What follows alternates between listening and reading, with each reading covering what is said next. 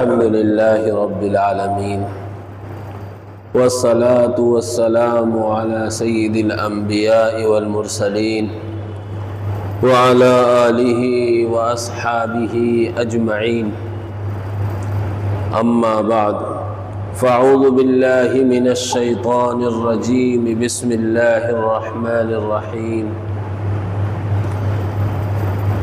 قال الله تبارك وتعالى: كل من عليها فان ويبقى وجه ربك ذي الجلال والإكرام. صدق الله العلي العظيم.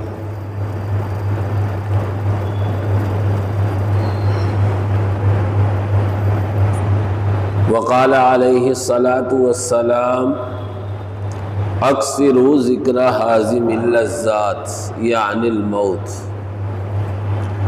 او کما قال نبینا صلی اللہ علیہ وسلم: آگاہ اپنی موت سے کوئی بشر نہیں، سامان 100 برس کا ہے پل کی خبر نہیں. اسی طرح شاعر کہتا ہے: موت سے کس کو رستگاری ہے، موت سے کس کو رستگاری ہے، آج وہ کل ہماری باری ہے. موت اللہ تعالی کا اٹل فیصلہ ہے. موت کا وقت جو اللہ نے طے کر دیا ہے اس سے نہ ایک گھڑی پیچھے ہو سکتا ہے نہ آگے ہو سکتا ہے. جس جگہ، جس وقت، جس دن، جس ٹائم اللہ نے موت لکھ دی ہے وہ اس وقت آ کر رہے گی. چاہے موت سے کہیں بھاگ لیں، موت سے چھٹکارا ملنے والا نہیں ہے. قرآن کہہ رہا ہے: اینما تکونوا یدرککم الموت، جہاں بھی تم رہو گے موت تمہیں آ کر پکڑ لے گی. وَلَوْ كُنْتُمْ فِي بُرُوجٍ مُشَيَّدَةٍ، اگرچہ تم مضبوط قلعوں میں بند ہو جاؤ تو یہ موت ہر ایک کو آنی ہے. جو پیدا ہوا ہے، جس کو زندگی عطا کی گئی ہے، اس کا اختتام ہے. جسے حیات ملی ہے اللہ تعالیٰ اسے موت بھی عطا کرے گا.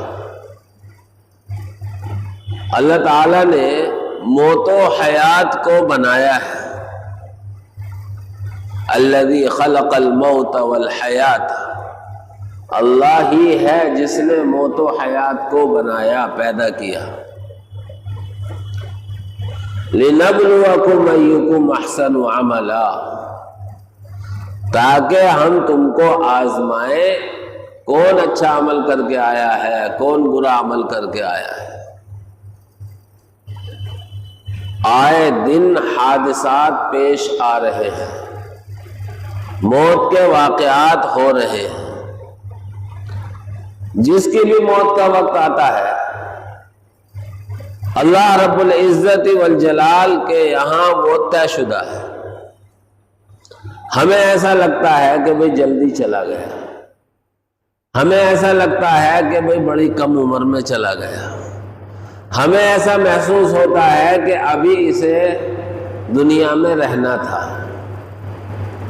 لیکن ہر ایک انسان اتنے ہی زمانے دنیا میں رہے گا جتنا اللہ کی طرف سے اسے جب رحم مادر میں تھا اللہ نے اس کے لیے جو وقت طے کر دیا تھا اسے اتنا ہی وقت رہے گا.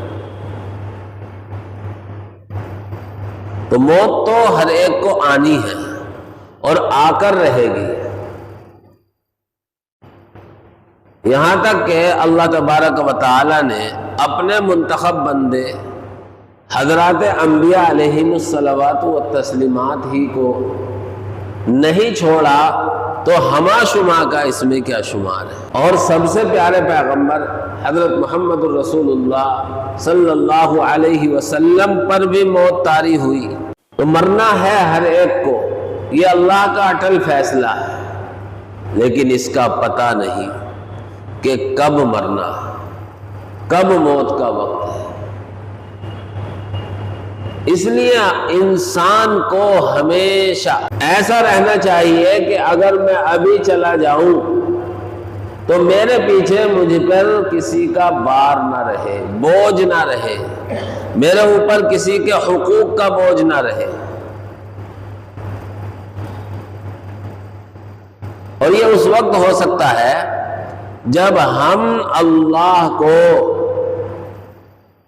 حاضر و ناظر جان کر اللہ رب العزت والجلال ہمیں دیکھ رہا ہے، اس کیفیت کے ساتھ زندگی گزاریں گے۔ آج موجودہ حالات میں، موجودہ زمانے میں ایسے حالات پیش آ رہے ہیں کہ بڑی بڑی عمر کے لوگ موجود ہیں اور ان کے زمانے میں نوجوان طبقہ دنیا سے جا رہا ہے۔ ہم اور آپ اس طرح کے حالات دیکھ رہے ہیں، اور یوں ہی چند گھنٹوں میں زندگی کا خاتمہ ہو جاتا ہے۔ کسی کے بارے میں کوئی بھی یہ بات یقینی طور پر نہیں کہہ سکتا کہ یہ اتنے وقت تک زندہ رہے گا، اتنے وقت تک باقی رہے گا۔ خود اپنی بستی میں ایسے کتنے نوجوان چلے گئے جو ابھی جوانی کی دہلیز پر قدم رکھ رہے تھے یا ادھیڑ عمر میں تھے، اور بوڑھے کتنے ابھی ایسے موجود ہیں جو اب اپنی ضرورتیں پوری نہیں کر پا رہے ہیں، لیکن وہ موجود ہیں۔ نوجوانوں کی موت کی کثرت یہ بھی ہمیں متوجہ کرتی ہے۔ اللہ تبارک و تعالی نے ان ساری چیزوں کو پیچھے رہ جانے والوں کے لیے عبرت بنایا ہے، سبق حاصل کرنے کے لیے یہ چیزیں پیش آتی ہیں کہ جانے والا تو چلا جاتا ہے، لیکن جنہیں وہ چھوڑ کر جا رہا ہے انہیں بھی ایک دن جانا ہے، وہ بھی اپنے جانے کی تیاری رکھیں۔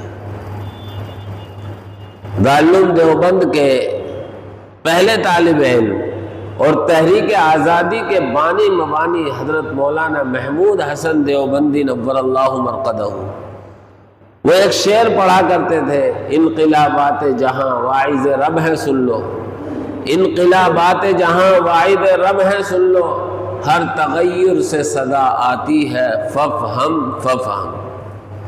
انقلابات جہاں دنیا کی تبدیلیاں، دنیا میں بڑی تبدیلی ہو رہی ہے اور دنیا بڑی تیزی کے ساتھ ترقی کی راہ پر گامزن ہے۔ پہلے اونٹوں اور کھچروں اور گھوڑوں کے ذریعے سواری ہوتی تھی، اور آج کاروں اور تیز رفتار بسوں اور ہوائی جہازوں کے ذریعے سواری ہو رہی ہے۔ جہاں مہینوں میں پہنچا جاتا تھا وہاں گھنٹوں میں پہنچایا جا رہا ہے، جہاں سالوں میں پہنچا جاتا تھا وہاں دنوں میں گھنٹوں میں پہنچا جا رہا ہے۔ یہ اللہ رب العزت والجلال کی طرف سے دنیا اپنے آخری وقت کی طرف دوڑتی چلی جا رہی ہے۔ میں اور آپ جو زندگی گزار رہے ہیں، میں اور آپ جو رات دن طے کر رہے ہیں، ہم میں سے ہر ایک بھی روزانہ اپنی موت کی طرف بڑھ رہا ہے۔ جو دن نکل رہا ہے وہ ہماری زندگی کا کم ہو رہا ہے، جو رات گزر رہی ہے وہ ہماری زندگی سے کم ہوتی چلی جا رہی ہے۔ ایک دن ہمیں اور آپ کو بھی اس دنیا سے جانا ہے، ایک دن ہمیں اور آپ کو یہاں سے مرنا ہے۔ صرف اور صرف باقی رہنے والی ذات اللہ رب العزت والجلال کی ہے۔ اللہ تبارک و تعالی قرآن میں فرما رہا ہے، کل من علیہا فان، جو چیزیں بھی روئے زمین پر ہیں سب کی سب فنا ہونے والی ہیں۔ وَيَبْقَى وَجْهُ رَبِّكَ ذُو الْجَلَالِ وَالْإِكْرَامِ، صرف اور صرف تیرے رب کی ذات باقی رہے گی جو عظمت والا ہے، جلال والا ہے، بزرگی والا ہے۔ اسی طریقے سے اللہ رب العزت نے ایک جگہ ارشاد فرمایا کل نفس ذائقۃ الموت، ہر جاندار کو موت کا ذائقہ چکھنا ہے۔ وَنَبْلُوكُمْ بِالشَّرِّ وَالْخَيْرِ فِتْنَةً، اور ہم تمہیں اچھی اور بری حالت کے ذریعے آزماتے ہیں۔ کبھی کبھی اللہ تبارک و تعالیٰ نعمتیں دے کر آزماتا ہے، آسانیاں دے کر آزماتا ہے، فراوانی کے ذریعے آزماتا ہے، اور کبھی اللہ تبارک و تعالیٰ نعمتیں لے کر آزماتا ہے، تنگی کے ذریعے آزماتا ہے، روزی میں کمی کر دیتا ہے۔ تو دونوں طرح سے اللہ تبارک و تعالیٰ کا امتحان ہوتا ہے، اور امتحان کا مقصود یہ ہوتا ہے کہ میرا بندہ میری طرف متوجہ ہو جائے، میرا بندہ مجھے اپنے ذہن و دماغ میں بٹھا لے، میرے حکموں کے مطابق زندگی گزارنے والا بن جائے۔ اگر انعامات دے رہا ہے تو اللہ کی آزمائش یہ ہے کہ دیکھتا ہے اللہ کہ اسے میں نے جو انعامات دیے ہیں ان کی قدردانی کرتا ہے، ان کی شکر گزاری کرتا ہے یا نہ شکری کرتا ہے۔ تو جب کبھی اللہ تبارک و تعالیٰ کی طرف سے آسانیاں آئیں تو ان آسانیوں پر اللہ کا شکر ادا کرنا چاہیے، اور اللہ کی ان نعمتوں کی ناقدری سے ڈرنا چاہیے۔ اور جب کبھی اللہ تعالیٰ کی طرف سے حالات آئیں، تنگی آ جائے، تو پھر اللہ تعالیٰ اس وقت آزماتا ہے کہ دیکھتا ہوں میرا بندہ صبر کرتا ہے یا بے صبری کرتا ہے۔ تو اگر خدا نخواستہ، عموماً تو اللہ کی طرف سے آسانیاں ہی آتی ہیں، لیکن اگر خدا نخواستہ کبھی آسانی کے بجائے پریشانی آ جائے تو اس وقت صبر کرنا چاہیے۔ وَنَبْلُوكُمْ بِالشَّرِّ وَالْخَيْرِ فِتْنَةً، اللہ کہہ رہا ہے کہ ہم آزماتے ہیں بھلائی کے ذریعے بھی اور برائی کے ذریعے بھی، یعنی انعامات نواز کر بھی اور کبھی کبھی انعامات کو لے کر بھی، دونوں اعتبار سے آزمایا جاتا ہے۔ لیکن پھر کیا ہوگا؟ ثُمَّ إِلَيْنَا تُرْجَعُونَ، پھر تم سب کو ہمارے ہی پاس لوٹنا ہے۔ میرے بھائیوں، دنیاوی اعتبار سے آدمی کتنی ہی بڑی ترقی کر لے، کتنا ہی مال و دولت جمع کر لے، بالآخر ایک دن ایسا آنا ہے کہ اسے وہی معمولی کپڑے سفید کفن کے ساتھ دونوں ہاتھوں کے کھلا رکھے ہوئے اس دنیا سے جانا ہے۔ تو ہمیں ہمیشہ موت کو یاد رکھنا چاہیے۔ اللہ کے نبی صلی اللہ علیہ وسلم ارشاد فرماتے ہیں اکثروا ذکر حازم اللذات، لذتوں کو توڑنے والی یعنی موت کو کثرت سے یاد کیا کرو۔ ایک جگہ اللہ نے فرمایا فَلْيَضْحَكُوا قَلِيلًا وَلْيَبْكُوا كَثِيرًا، اس دنیا کی زندگی میں ہنسو کم، رو زیادہ۔ رونے کا مطلب یہ ہوگا کہ انسان اپنے اعمال پر غور کرے، انسان اپنی زندگی پر غور کرے، اپنے مرنے کے بعد کی زندگی کو سوچے، اور مرنے کے بعد پیش آنے والے حالات پر نظر ڈالے کہ ایک دن وہ وقت آئے گا کہ میں بھی غسل کے تختے پر پڑا ہوا ہوں گا، میرے کپڑوں کو نکالا نہیں بلکہ کاٹا جائے گا، میں ہاتھ نہیں ہلا سکتا ہوں اور لوگ مجھے غسل دے رہے ہوں گے، غسل دینے کے بعد لوگ مجھے مساری پر کفن لگا کر کفنا رہے ہوں گے، پھر خوشبو لگا رہے ہوں گے، اور پھر نماز جنازہ کے لیے اٹھا کر لے جا رہے ہوں گے، اور پھر نماز جنازہ پڑھنے کے لیے اعلان کر کے میری نماز جنازہ پڑھی جائے گی، پھر مجھے قبر میں اتارا جائے گا۔ یہ ہر ایک انسان کو سوچنا چاہیے، ہر ایک انسان کو اس پر غور کرنا چاہیے۔ حقیقت یہ ہے کہ اگر اس طریقے سے ہم زندگی گزارنے والے بن جائیں تو کسی کو کسی سے کوئی شکوہ اور شکایت نہیں رہے، ایک دوسرے سے کسی کو کوئی اعتراض باقی نہیں رہے گا، ہر ایک اپنی فکر میں مگن ہوگا، ہر ایک اپنی آخرت کی زندگی کو اچھا بنانے کی کوشش کر رہا ہوگا، ہر ایک اپنی زندگی کو بہتر بنانے میں لگا ہوا ہوگا، ہر ایک اپنی زندگی کو اللہ رب العزت کو پسند آ جائے ایسی کرنے کی کوشش میں لگا ہوگا۔ لیکن ہوتا یہ ہے کہ نفس و شیطان کے بہکاوے میں آ کر ہم سب جو آخرت کی حقیقی زندگی ہے اسے نگاہوں سے اوجھل کر لیتے ہیں، اور ہمارے سامنے یہ جو دنیا کی زندگی ہے یہی سب کچھ نظر آنے لگتی ہے۔ اور جب دنیا کی زندگی ہمارے سامنے آ جاتی ہے، ہمارے پیش نظر ہو جاتی ہے، تو پھر ہم یہ چاہتے ہیں کہ میرے پاس یہ بھی ہو، یہ بھی ہو، اور یہ ہر انسان کی خواہش ہے۔ اللہ کے نبی صلی اللہ علیہ وسلم تمام مخلوق میں اللہ کے بعد سب سے زیادہ برگزیدہ اور اللہ رب العزت والجلال کے پسندیدہ بندے ہیں، اور مخلوق میں جو مقام و مرتبہ حضرت رسول اکرم صلی اللہ علیہ وسلم کا ہے وہ اللہ کے بعد کسی کا نہیں ہے۔ لیکن اس کے باوجود آپ علیہ الصلاۃ والسلام کی زندگی کیا تھی؟ اللہ کے نبی کہتے تھے کہ ایک وقت مجھے کھانا ملے تو میں شکر ادا کروں، اور دوسرے وقت مجھے کھانا نہ ملے تو میں صبر کروں۔ اللہ کے نبی صلی اللہ علیہ وسلم کے لیے پیشکش کی گئی کہ مکے کے پہاڑوں کو سونے میں تبدیل کر دیا جائے، لیکن اللہ کے نبی صلی اللہ علیہ وسلم نے یہ ٹھکرا دیا۔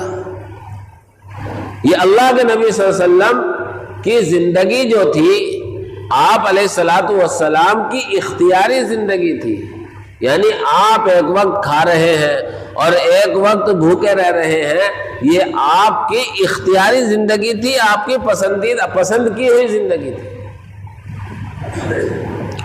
آپ علیہ الصلاۃ والسلام اللہ کی عبادات کرتے کرتے کرتے کرتے آپ کے پیروں پر ورم آ جاتا ہے۔ صحابہ عرض کرتے ہیں اے اللہ کے نبی آپ تو بخشے بخشائے ہیں۔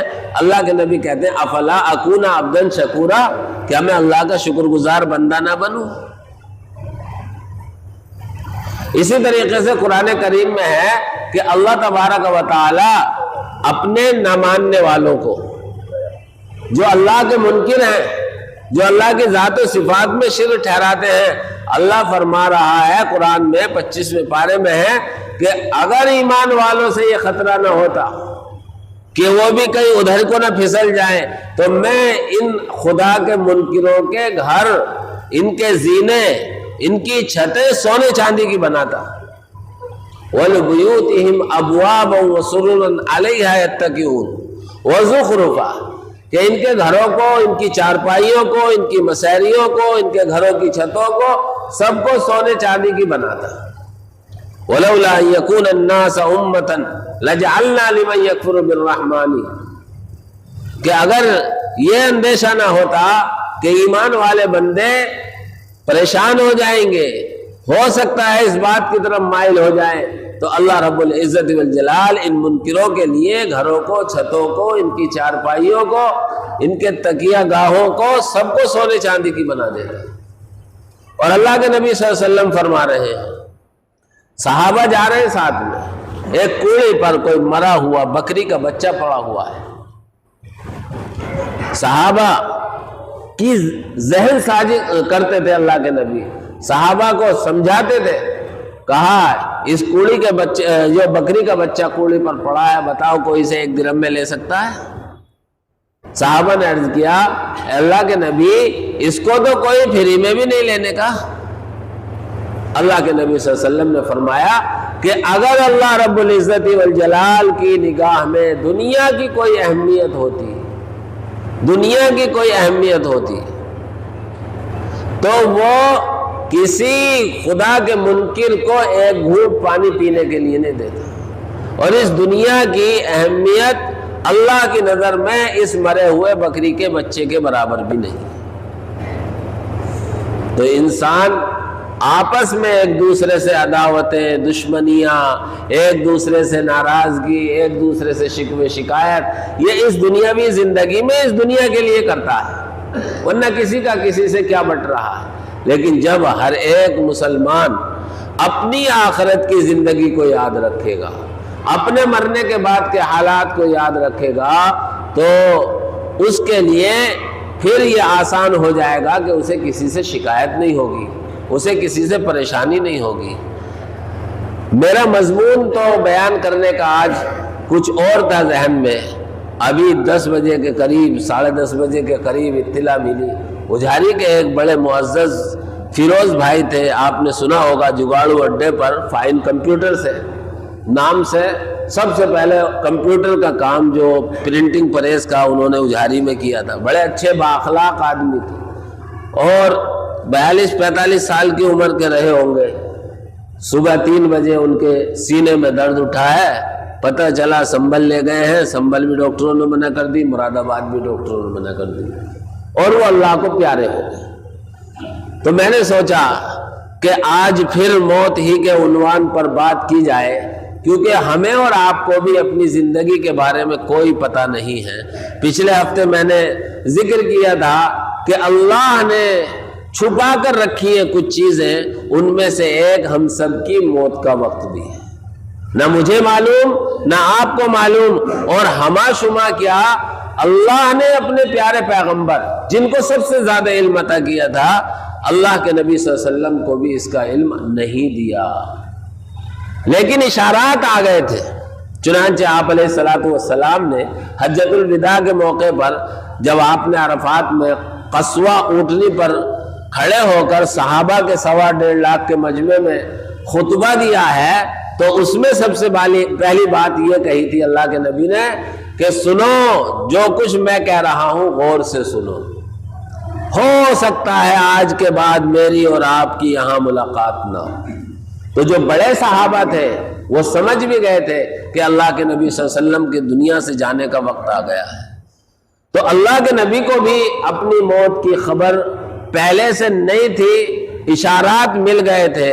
چنانچہ میرے بھائیوں، آج یہ دنیا کی جھمیلے، آپسی اختلاف، آپسی جھگڑے ایک دوسرے کے ساتھ، ان ساری چیزوں سے نجات اور چھٹکارا پا کر ایک دوسرے سے ہنسی خوشی زندگی گزارنے کی فکر کریں. پتہ نہیں میری آپ کی کتنی زندگی باقی ہے اور کب ہمارے لیے موت کا پیغام آ جائے. اس لیے ہم سب کو آپسی رنجشیں ختم کر کے اللہ کو راضی کرنے اور اپنی آخرت کی زندگی کو کامیاب بنانے کی فکر میں لگنا چاہیے. اللہ مجھے بھی، آپ حضرات کو بھی ان باتوں پر عمل کی توفیق عطا فرمائے. آمین. وآخر دعوانا الحمدللہ.